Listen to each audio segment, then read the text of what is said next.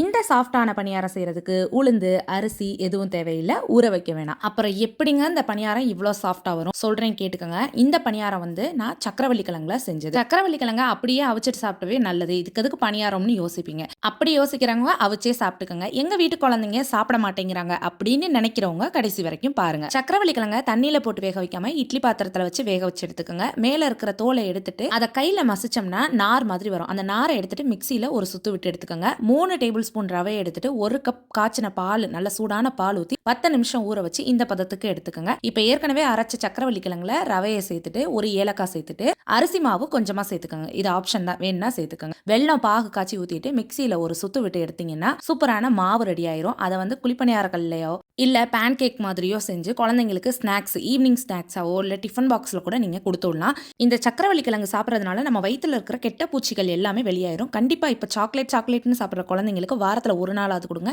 இந்த வீடியோ பிடிச்சிருந்தா லைக் பண்ணுங்க. Tata bye bye.